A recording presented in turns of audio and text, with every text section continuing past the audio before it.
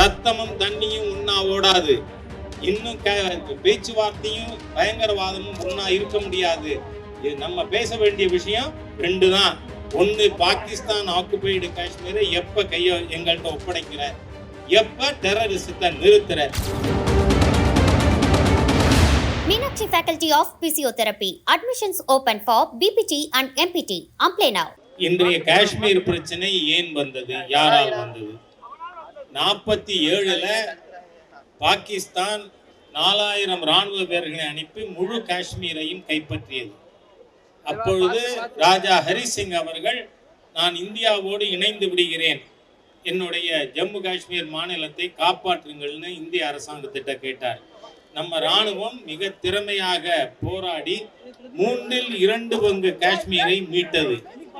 ஆனால் ராணுவத்தையும் கன்சல்ட் பண்ணாமல், யாரையும் கேட்காமல் அன்றைய பிரதமர் ஜவஹர்லால் நேரு செய்த தவறான காரியம் யூனிலேட்டரல் சீஸ்ஃபயர், ஒருதலை பட்சமாக போர் நிறுத்தம் அறிவித்தார். அன்னைக்கு நம்ம ராணுவம் அறிவிக்கும் பொழுது எங்க இருந்ததோ அங்க நிற்குது. அதுதான் லைன் ஆஃப் ஆக்சுவல் கண்ட்ரோல். மீதி இடம் பாகிஸ்தான் ஆக்குபைடு காஷ்மீர்ங்கிறது. நேரு 2 நாள் வாயை மூடிக்கிட்டு இருந்திருந்தா இந்திய ராணுவம் அந்த இடத்தையும் மீட்டு இருக்கும். ஆகவே முதல்ல பாகிஸ்தான் ஆக்குபைடு காஷ்மீர் இருக்கிறதுக்கு the folly of Jawaharlal Nehru was responsible. ரெண்டாவது, 1971ல மிக பராக்கிரமத்தோடு போரிட்டு இந்திய ராணுவம் பங்களாதேஷை விடுவித்து வெற்றி கண்டது.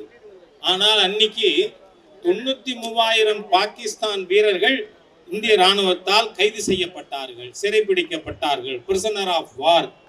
ஆனா இதுல சிம்லாவில் ஒப்பந்தம் போடும் பொழுது திருமதி காந்தியும் புட்டோவும் கையெழுத்திடும் பொழுது என்ன கேட்டிருக்கணும்? நீங்க கைப்பற்றி வச்சிருக்கிற பாகிஸ்தான் ஆக்குபைடு காஷ்மீர் ஒப்படைச்சா இந்த 93,000 பேர் பாகிஸ்தான் வருவான். அது சொல்லி இருந்தா நம்ம பாகிஸ்தான் ஆக்குபைடு காஷ்மீர் இன்னைக்கு இருக்காது.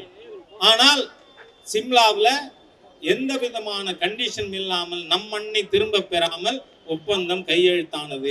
அதை எதிர்த்து ஒப்பந்தம் போடுகின்ற இடத்திலேயே போராடியவர் யார் தெரியுமா? ஜனசங்க தலைவராக இருந்த திரு அடல் பிஹாரி வாஜ்பாய் அவர்கள். ஆகவே காங்கிரசினுடைய 2 பேரும், ஜவஹர்லால் நேரு, இந்திரா காந்தி செய்த தவறின் காரணமாக இன்னைக்கு மோசமான சூழ்நிலை இருக்கு.